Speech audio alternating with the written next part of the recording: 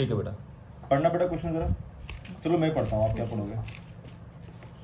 ठीक है, क्वेश्चन है 5 years हैंस। हैंस मतलब होता है पहले। जब भी कोई वर्ड आए ना हैंस, उसका वर्ड याद रखना है आपने। Hence means before. कोई मुश्किल? Hence means before. तो 5 साल पहले the age of Jacob will be 3 times that of his son. कि जो एज है जैकब की वो कितनी हो जाएगी? 3 times हो जाएगी उसके सन के। अच्छा, जब 5 साल पहले थी ना, तो अभी तो नहीं पता ना कितनी है। आप तो पहले प्रेजेंट एज लिखो। आप लिखो let present age of Jacob. तो जैकब की प्रेजेंट एज कितनी है? इसको मैं मान लूंगा x ईयर्स। ये ईयर्स लिखना जरूरी है, ईयर्स मत भूलना। तो present age of Jacob is x years. x को आप ऐसे लिख सकते हैं। उसके बाद में उसके बेटे की एज है, तो आप लिखोगे let present age of his son. जो बेटे की एज है वो आप मान लोगे y ईयर्स। ठीक है, क्लास चल रही है, इसको थोड़ा सा एक दिन में लिखा लो यार। ओके, तो y ईयर्स हो गया, डन। ठीक है, अब आपने 5 years हैंस लिखना ना, है ना? ओके, अच्छा सॉरी, हैंस का मतलब पहले बात तो पहली गलती हो गई है, बिफोर नहीं होता, आफ्टर होता है। एगो मतलब होता है, हैंस मतलब आफ्टर। सॉरी, ये थोड़ी सी गलती लिख दी थी। एगो अगर आएगा तो दैट विल बी बिफोर। तो 5 साल बाद। अब अकॉर्डिंग टू क्वेश्चन, क्वेश्चन में कंडीशन क्या है? आफ्टर 5 years, है ना? 5 साल बाद जैकब 3 times हो जाएगा उसके बेटे के। तो आफ्टर 5 years, तो आप लिखो by according to question age of Jacob. जो जैकब की एज होगी वो क्या होगी? पहले x थी, 5 साल बाद 5 ऐड कर दो, तो x + 5 years हो जाएगी। सेम उसके बेटे की जो सन की थी पहले वो y थी, तो 5 साल बाद y + 5 हो जाएगी। साथ में लिख दो ईयर्स। बताओ कोई मुश्किल इसके अंदर? ओके भाई, बोला करो, मुश्किल तो नहीं कोई, सब बोला करो। ओके, ये हो गया डन। अब इसके अंदर कंडीशन लगाएंगे। पहले तो आपने लिखा कि एज x और y मान ली दोनों की, उसके बाद कंडीशन लगाई। कंडीशन 5 साल बाद थी, तो 5 साल बाद लिख दिया। अब सेकंड कंडीशन क्या है? अब सेकंड कंडीशन है कि भाई साहब जो जैकब है he will be 3 times that of his sun. Jacob 3 time हो जाएगा उसके बेटे के। तो बेटा कितना था? ध्यान से देखना, बेटा कितना था? y + 5। तो y + 5 को मैं क्या कर दूंगा? बेटे को y + 5 को 3 से मल्टीप्लाई कर दूंगा, तो उसकी किसकी आ जाएगी? उसके फादर की, जैकब की। और जैकब की क्या थी? जैकब की थी x + 5। इसमें बताओ कोई प्रॉब्लम? जब वो कह रहा ना कि जैकब 3 टाइम हो जाएगा उसके बेटे के, तो बेटे के 3 टाइम होगा ना, तो बेटे के आगे 3 टाइम लगाना है। अगर 2 टाइम कर दे, ट्वाइस कर दे बेटे के, तो आप 2 लगा देते। कंडीशन वो चेंज कर सकते हैं। क्वेश्चन का पैटर्न यही होगा, बट वो अपना कंडीशनिंग जो है वो चेंज कर सकते हैं। वो यहाँ पे आफ्टर 5 years था, वो 6 ईयर दे सकते हैं, 2 ईयर दे सकते हैं। दैट डिपेंड्स अपॉन देम कि what they are going to give it to you. आपने कंडीशन बस यहाँ पे सही से प्लेस करनी है कि अगर जैकब बच्चे से 3 साल बड़ा है, तो बच्चे का आगे 3 years लगा दिया मैंने। अब ये कंडीशन बन गई। अब आप इसे सॉल्व करो। x + 5 will be there only. 3 × y means 3y + 3 5 = 15। Bracket के बाहर जो भी चीज होती है उसे आप अंदर मल्टीप्लाई करते हैं, है ना? तो मल्टीप्लाई कर दिया। अब इसको मैं लीनियर इक्वेशन बनाऊंगा। कैसे? I am going to write x here, this 3y will come to this side, it will become -3 and 5 will be there only. This 5 is going to come to, हाँ जी, okay जी, 15 आएगा, ठीक है। तो this 15 will be there only and 5 is going to come to this side, it will be -5। तो x - 3y = 10। तो this is going to be my equation number 1। बताओ इस इक्वेशन 1 में किसी को कोई डाउट? 100% कोई प्रॉब्लम नहीं है। इस इक्वेशन को आप लिख लोगे।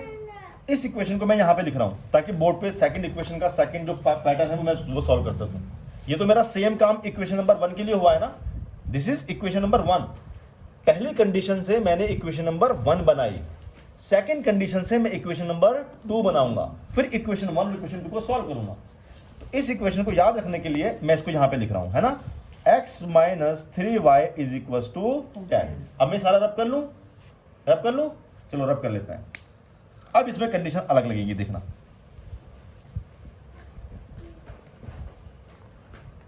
ओके, अगली कंडीशन में क्या लिखा है उसने लिखा है 5 years ago।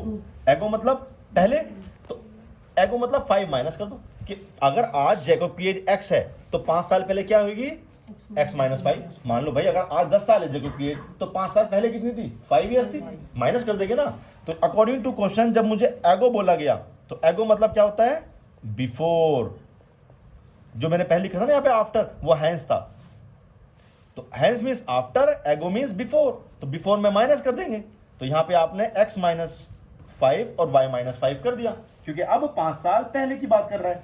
अब दोबारा फिर क्वेश्चन लगाएंगे, आप लिखो according to condition given, according to condition given. Condition क्या गिवन कर रखी है मुझे, अब कंडीशन दे रखी है 5 years ago Jacob age was 7 times that of his son, कि जैकब की एज अब 7 टाइम हो जाएगी उसके बेटे के।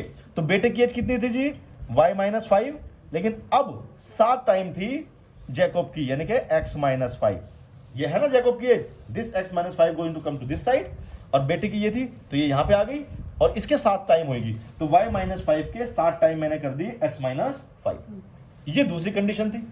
अब इस कंडीशन को सॉल्व करेंगे, फिर से वही x minus 5 is equal to 7 into y, 7y minus 7 5 is 35। अब फिर से x will be there only, 7y is going to come to this side, equal to किधर आ जाएगा, तो it will B minus 7y, ये माइनस 35 है, ये माइनस 5 इधर आगे प्लस 5 हो जाएगा। अब ये x minus 7y is equal to minus plus minus 35 में से 30 बचा, बड़ी वैल्यू 35 माइनस किए तो माइनस का sign. This is equation number 2। इसे यहां पे लिख लेंगे x minus 7y is equal to minus 30। Now these are my 2 equation. अब इन 2 इक्वेशन को मैं फिर से सॉल्व करूंगा, ठीक है, कोई मुश्किल। अब मैं इसको रब कर रहा हूं पूरे को, अब मैं इन दोनों इक्वेशन पे काम करूंगा, बस इन दोनों इक्वेशन को सॉल्व करना है। So I am going to rewrite this equation here और फिर सॉल्व करता हूं। Okay done.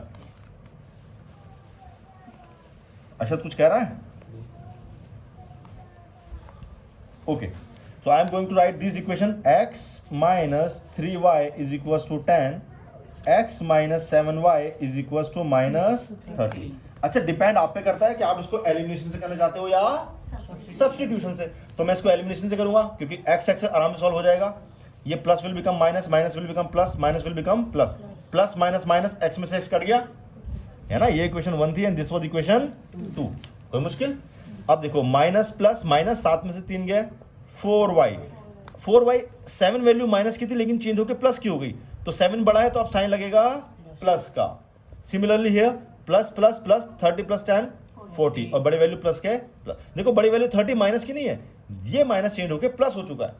कुछ बच्चे गलती करते हैं कि इस देखते हैं 30 बड़ा है, इस माइनस को यहां पे डाल देते हैं। नहीं, जो चेंज होके आया, अगर मैं इसको माइनस लेता तो फिर तो प्लस माइनस माइनस हो जाता ना, 30 में से 10 जाते 20 बचते, 40 थोड़े आते। तो आपने इसको प्लस प्लस प्लस किया, 30 प्लस 10 40।